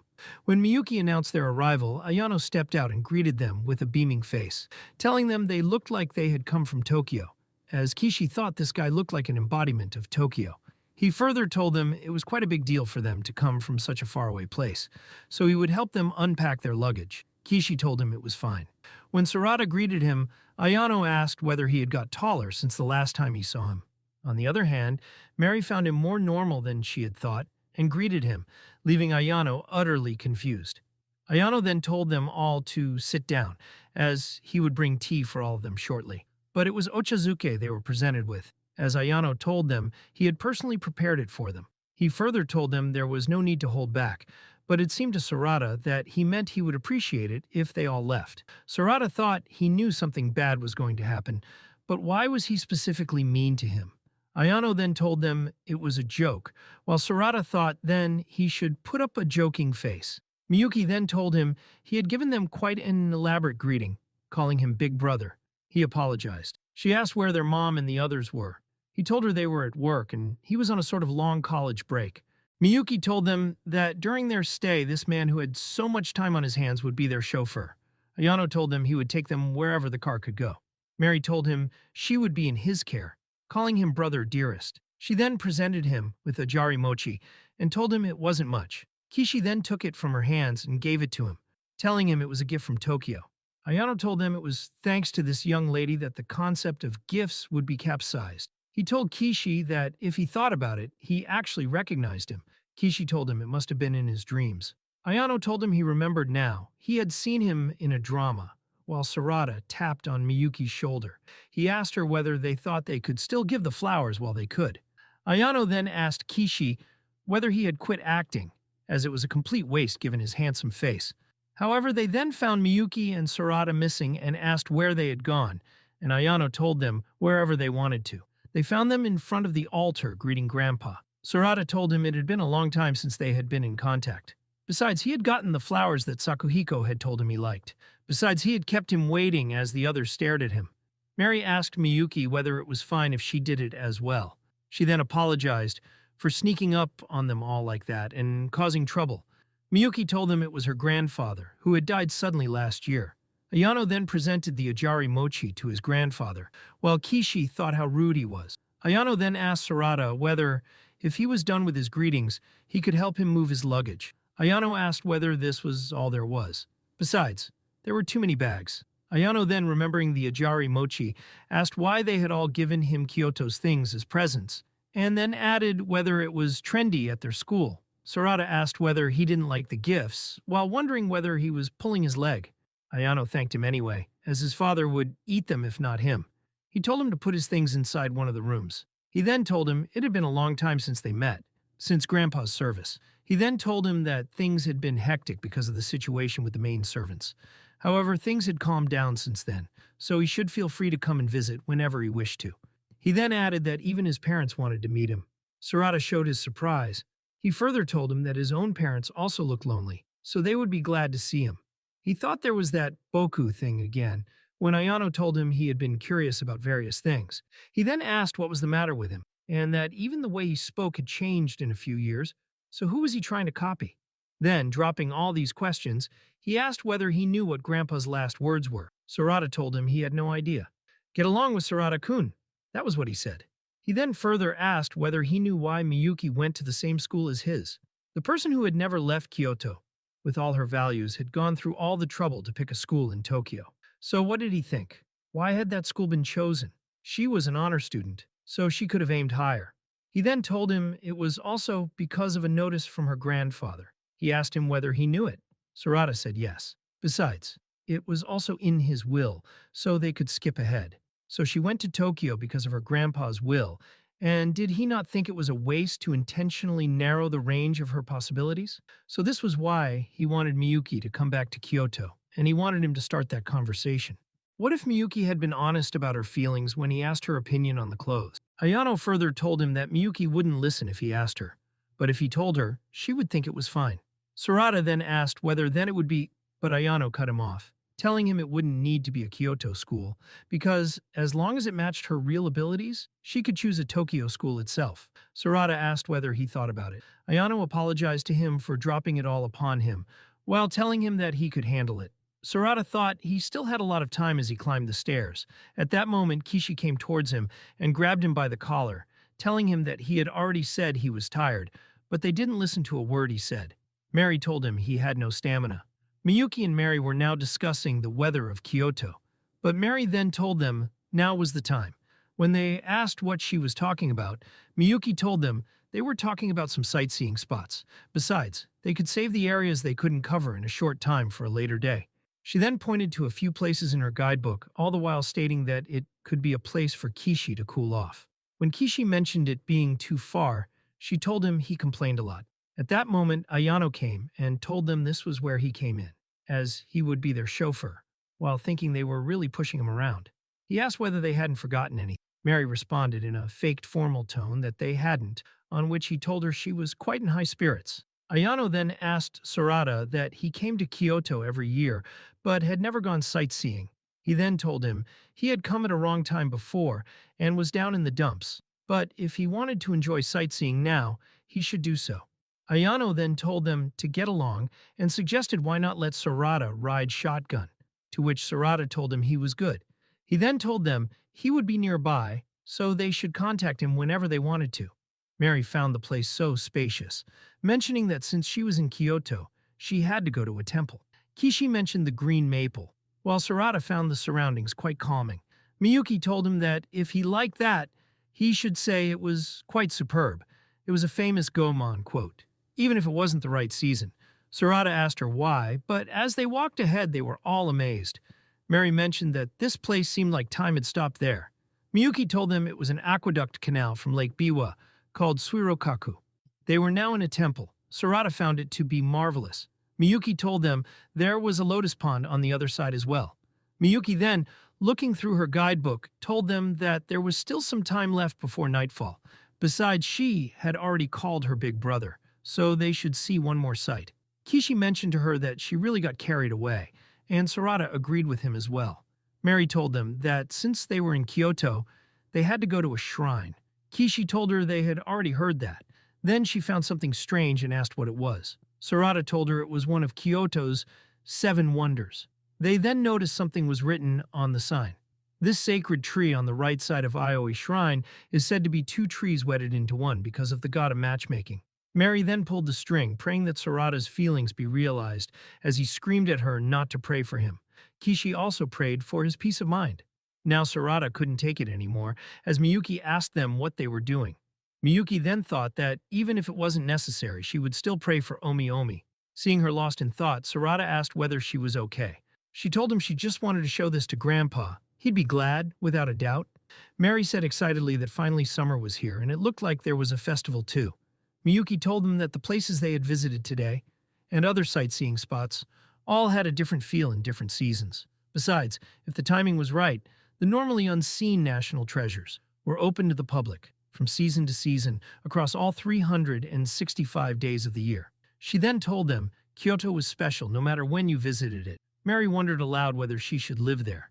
Kishi told her she wasn't made for it, as she didn't have an ounce of gracefulness in her. He then asked whether she knew what wabi-sabi was, but Mary didn't know anything about it. At that moment, Miyuki noticed sadness on Sarada's face. Mary started jumping from one rock to another, while Kishi found the distance between them quite long. At that moment, Mary called Miyuki to come towards them. Miyuki told her she was fine, as it was hard for her to jump in the skirt she was wearing. She sat with Sarada, who was leafing through the guidebook. She asked him whether something had happened. When he couldn't understand, she told him he had been making a depressed face throughout the whole day and asked whether he was not having fun. He told her it wasn't like that. He was having a lot of fun because of her. She told him if he said so. He then told her the guidebook was quite thick. She told him she had got carried away. He thought this was really a special place for Miyuki, as the conversation with Ayano about starting the conversation came back to him. He knew that what Ayano had told him was true, but it wasn't something he had thought about from the beginning, that everything could be against Miyuki's will. So everything she had done was her trying to carry out her grandfather's will. He knew Miyuki loved her grandfather dearly, which was why he had been shaken when she first came to Tokyo. It was an order from her grandfather, so bit by bit she had accepted him. He had grown to think not much of it, however. In reality, he was begging in his head that it wasn't like that, and that it should be something in his head, but he liked it more than he had thought. At that moment, Miyuki raised her skirt slightly, and holding his hand dragged him behind her, telling him she wanted him to like this place as well. He thought it was unlikely, as all of this was for her grandfather's sake. Kishi, seeing them, said the perv was on the prowl. They had better cut it out, or they would put others in trouble as well. When Sarada tried to hold her hand, he slipped and fell to the ground. Miyuki apologized, telling him her hand had slipped. While laughing, Sarada told himself that it had scared him and that he would be brave on this trip. As he held her hand to stand again, he thought, were grandfather's words everything? He would be sure to properly talk to Miyuki, no matter what the answer would be. Kishi thought that the one who had been thrown down was laughing in a scary way, while Mary asked worriedly about him. They returned, and Ayano asked what had happened to him, and then told him that if he wanted to keep things cool, that was fine. He told him that even on his way home, he kept flapping his gums. He further told him that swimming was prohibited over there. Miyuki's dad walked in at that moment and asked him that he was getting into trouble on his first day there. Miyuki turned towards him as he called her dearest. Kishi whispered in Mary's ear whether Miyuki's father was mad at them. Mary told him she didn't know. He then told them it would be bad if they caught a cold, so they should take a shower first to get warm. Sarada immediately rushed to act on his advice. He thought that even though he didn't know what her father was thinking, Ayano's malice still felt more intentional. Miyuki's father asked where they had gone today. Kishi told him they went to Nenzenji Temple and Shimogamo Shrine. Dad found it nice but asked whether they were really fine being stuck in that cramped house. He further told them there were a lot of other places to stay. Kishi, on the other hand, whispered in Miyuki's ear whether it was fine to be staying at her house, as her parents weren't lying about giving their permission. She told him, of course, it was fine with them. Her father told them that their lounging around was funny. They were presented with a great feast. Mary, on seeing it, exclaimed that this was the home of Kyoto side dishes. Miyuki's mother told them there was a lot to treat them all with. Mary, on seeing her, exclaimed, "Oh, mother dearest, thou art beautiful." She thanked her. Sarada thanked her for lending him the shower. Miyuki, who was sitting beside him, asked whether he was warm now. He told her yes. Mother asked whether he had fallen into the Kamo River and whether his whole body was cold. He told her thankfully it was not. She told him she would make some warm tea for him. He thanked her. Sarada thought about what he was going to do. It was too late to tell them he had caught a cold, as Kyoto's summer wasn't usually hot, but the damp and humid heat wrapped around his body, so he was glad he had fallen into the river. Besides, even after changing, his back was still sweating. Miyuki's mother put a hot towel at his back, and he immediately felt hot. Worried, everyone asked whether he was okay. She then told him she had ordered some cold candy, and whether he would like some. She then presented him with a box of candy, but there was nothing for him to get out of it. She then screamed with embarrassment as she realized she had eaten all the candies. Miyuki asked her whether she had kept an empty box inside the fridge. Seeing the astonished expressions on Kishi's face, her father told him she was really a hoot and a half. Kishi then whispered in Sarada's ear, saying that even though it was hard to hear, weren't his future in-laws harassing the hell out of him. He told him it wasn't so, as it was hard to explain. Ayano then presented him with daikon taitan. Sarada told him it was good. Ayano told him that Miyuki had helped season it, and she was now gulping her food down. He told her he had eaten her omelet before, but she was really a good cook, and started praising the dish. She, now happy, told him she had made the red miso soup. Her mother also praised the food and asked her when she had learned to cook, as she didn't cook when she was here. She told her that Auntie had taught her, which was unbelievable for her mother. She told her she was glad she had got along with her younger sister, which came as a surprise to Sarada. Miyuki told him she had let her stay at her place and was indebted to her. Her mother told him she was born and raised in Tokyo, and now having been married for 30 years, was used to Kyoto. Kishi realized she didn't use the dialect that much. Ayano asked what he meant. Did they call the Tokyo dialect the standard? He then asked how many years ago they had learned Kyoto was the capital, and in comparison, standard Japanese was born only a few years ago, and despite all that, he still wouldn't call it a dialect. Kishi told him by that logic, Nara was the capital. He chortled. Ayano said to his father that these Tokyoites sure were funny. His father thought the same. Miyuki told them, weren't they the pain in the rear? Besides, no one said these things nowadays, so just ignore them. She told Mary it was a Kansai joke, like, should we stop the water from Lake Biwa? Mary told her she heard it a lot. Ayano whispered in his father's ear that it seemed like they were outnumbered. He told him they sure were. Mother asked whether they were all tired after the long trip. She told them that after she drew the bath, they should all go in first. Mary told her this was more than satisfactory and truly thanked her. Kishi told them to go and get their baths done. Ayano told them that since they had so many people, two of them had to share the bath. Miyuki also agreed that if they took baths by themselves, it would take forever. Mary asked what they would do then. Sarada asked Kishi whether they should take turns submerging, as in that way it would be more comfortable since they had been talking about being cramped. He then asked whether he was happy that they got in the bath first, as the ladies should have gone first. Kishi told him frankly that it was difficult. He further clarified that if they said they would go after the ladies, it would sound like sexual harassment. Sarada thought that if he were called shameless again by Miyuki, he wouldn't recover. Kishi further told him it would be too hard to live being treated like a pervert if he made a wrong move, and there were so many things to consider in this world, such as leaving tubes nice and clean and erasing any evidence that they were in there. Sarada told him that if he were that considerate about all of this, it would be tough. Mary asked Miyuki that wasn't it supposed to be ladies first, as hair dyeing and skin care took time. Miyuki seemed to agree with her. They were quite relaxed in the bath. Mary then told her that she hadn't said this before, but her mother wasn't around anymore. She then apologized for saying it so suddenly. Miyuki asked her whether that meant she had really been making her worried. Mary told her she guessed the feelings were mutual. They laughed together. She asked whether she loved her grandpa a lot, and was told it was the case. Mary told her she loved her mother dearly as well. Mary then asked whether she didn't think the tub was huge. Miyuki told her there was a tub of this size at her aunt's place as well. Kishi and Sarada were walking through the corridor when Miyuki's mother called Sarada. But when they turned with face masks on, she told them she had thought them to be ghosts. He apologized. She asked whether she could wash all of their clothes. They asked whether she was sure. She told them she was, as it was her fault as well, and then asked whether they wanted anything to eat tomorrow. Kishi told her there was nothing in particular. She found him quite considerate. She then started crying, saying that her child's friends had come home, but she didn't know what to do, and that if she thought back, she really hadn't had friends. She further told them that Ayano and Miyuki were both clumsy and timid, but they had brought fine folks like them, so she couldn't be any happier. She further told Sarada that since meeting him, Miyuki had changed gradually. She told him she was glad Miyuki went to Tokyo. He told her that if that was so, he was glad as well. She then turned to Kishi and asked whether he was Takami Kishi, as in the one she had seen on Getsuku. He told her she had the wrong person.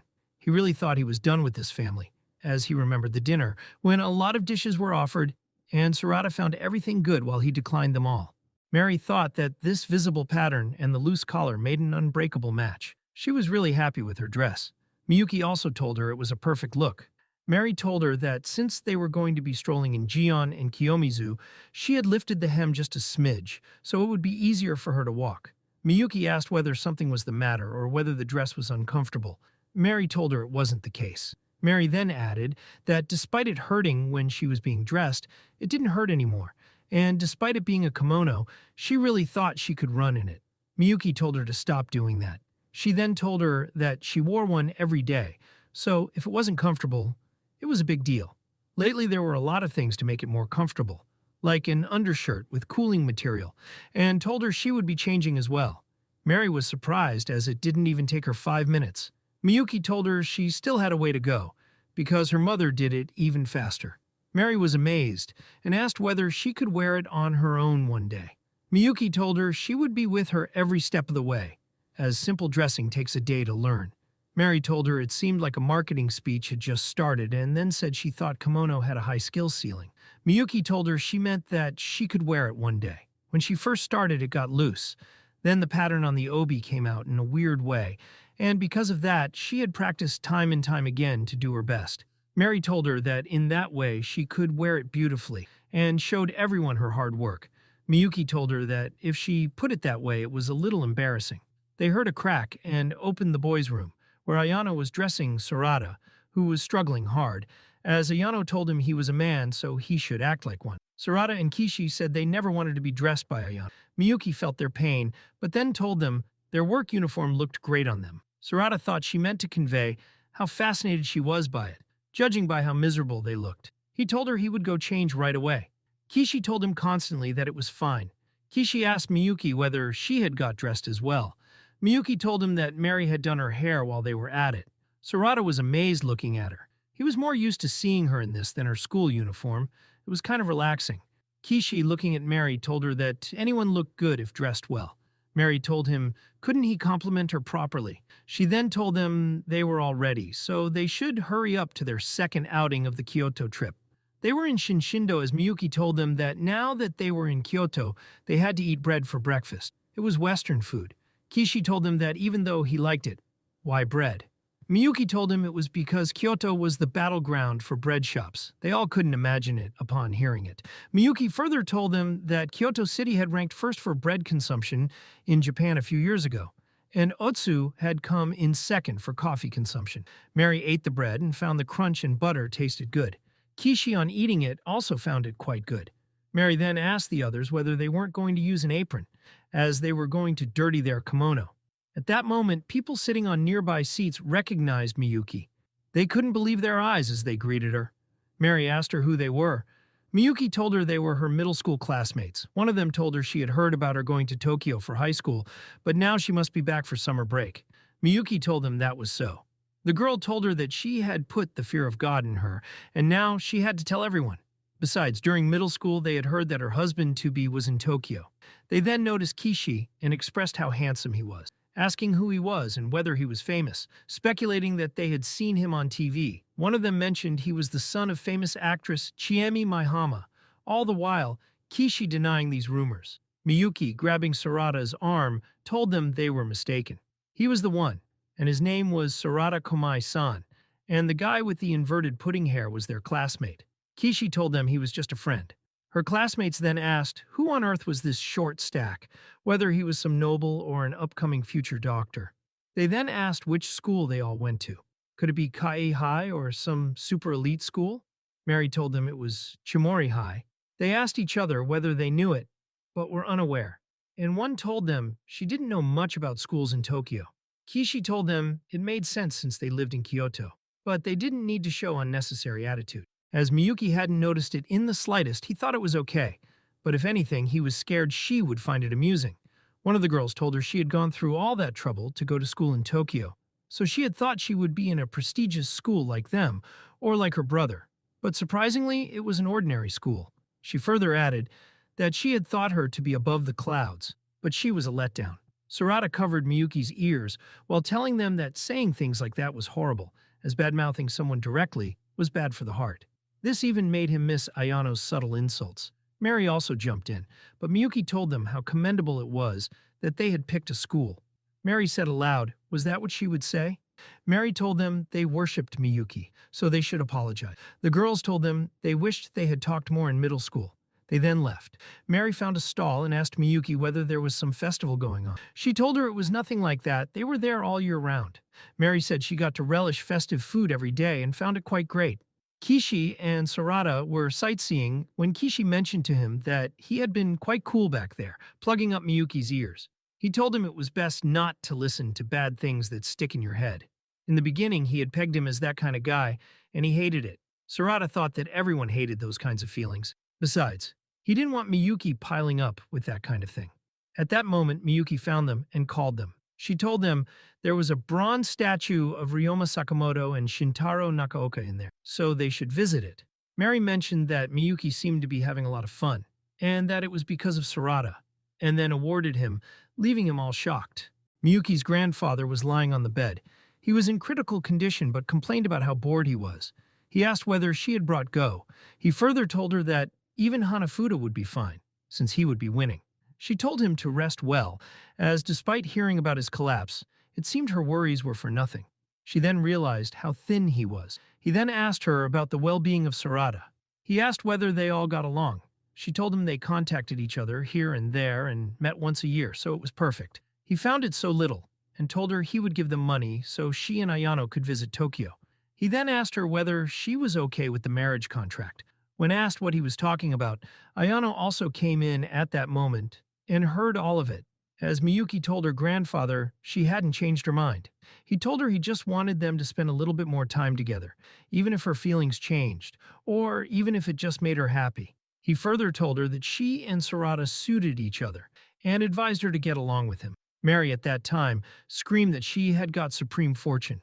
Kishi reminded her that it was her 7th luck draw, so it would be considered horrible luck. She told him she would believe in the one she wanted to. They were in Ninenzaka, and there were a lot of fortune slips there compared to other tourist spots, so she had pulled quite a few. When asked what it said, she read from it about showing her true feelings, that her honest words would reach the recipient, and their future together would shine. She exclaimed loudly that she was always honest, so her future would be bright. Kishi reminded her that she was more inconsiderate than sincere. She then drew their attention towards a poster of Tanabata, despite it being the middle of August. Miyuki told her it was because the poster was in accordance with Japan's older calendar. Mary asked whether Tanabata wasn't about two people forcefully torn apart. Miyuki told her she had loved the Tanabata story since long ago. She then began to narrate. The Emperor of Heaven's daughter, Vega, wove the god's kimono all day, every day without play, and her father was filled with sadness. He went in search of a suitable companion for her, and before long, on the other side of the Milky Way, there lived a young cattleman by the name of Altair. The two met and mutually fell in love. They were inseparable, and she soon forgot about her diligence. Her loom stopped moving and the cattleman's sheep were left uncared for. This angered the emperor, and the two were torn apart, placed on opposite sides of the Milky Way. However, the emperor pitied his grieving daughter and permitted them to cross over and meet on the night of July 7th. So with that, she returned to her former diligence. And that was the Japanese story of the stars Vega and Altair. Mary, with tears in her eyes, told them it sounded so romantic and that she was weak for that kind of once-in-a-lifetime meeting. Kishi said that if it were him, he would be fine with it, as he liked being by himself. Mary called him quite a lame partner. Miyuki then asked if they'd why not go to the festival tomorrow? The Tanzaku would be illuminated with paper lanterns and would look like stars in the sky. It would be very beautiful. Mary immediately agreed to go as they fetched their umbrellas. Kishi found it too much for a sunny forecast. Someone suggested that once the heat let up, they visit Kiyomizudera Shrine. Miyuki then told them about her broken geta strap, which had snapped when they ran. Sarada told her he would fix it for her. There was a place near the park to sit, so he would fix it there and told the others to meet them at the shrine as he led Miyuki away. He mended it for her. Miyuki thanked him. He looked at her happily. She told him it reminded her of the time when they were young and went to see Okuribi, and it seemed she had been too heavy for him to carry. He told her she had been as light as cotton candy that day. She told him that, as usual, he was still bad at lying, while Sarada was happy he had learned to fix a geta strap, as he had looked it up right after that day had passed. Besides, he had actually learned it in elementary school, so he was worried about having put it off for so long. He then asked her to try it on, and she found it as good as new. He thought he hadn't changed at all since then. He had always wanted to make her happy. She then told him she was glad he was here. He asked her how truly she felt about that. She asked him what he meant by saying that. He asked her whether her coming to Tokyo had been her grandfather's will. She asked whether it was Ayano, because all he did was spew out unnecessary things. She then added that even if it were true, it was her choice to go to Tokyo. Besides, adding on to that, she had interpreted Grandpa's words as going to the same school as Sarada. This really made Sarada happy, as he realized he had been fighting windmills all this time. She then asked him what her brother had told him.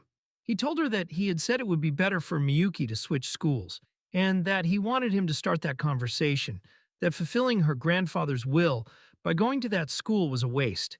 He then told her he couldn't help but agree with Ayano, and that he thought Miyuki had chosen the school in accordance with his own academic level, which was unacceptable. When she questioned him about it, he told her he thought she should go to a school that suited her, wherever that might be, even if it was in Kyoto.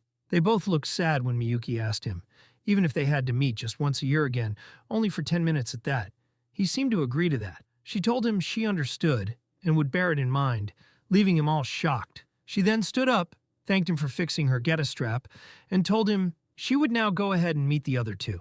Sarada then realized what he had done and called out to her, but then stopped himself as rain began to pour down.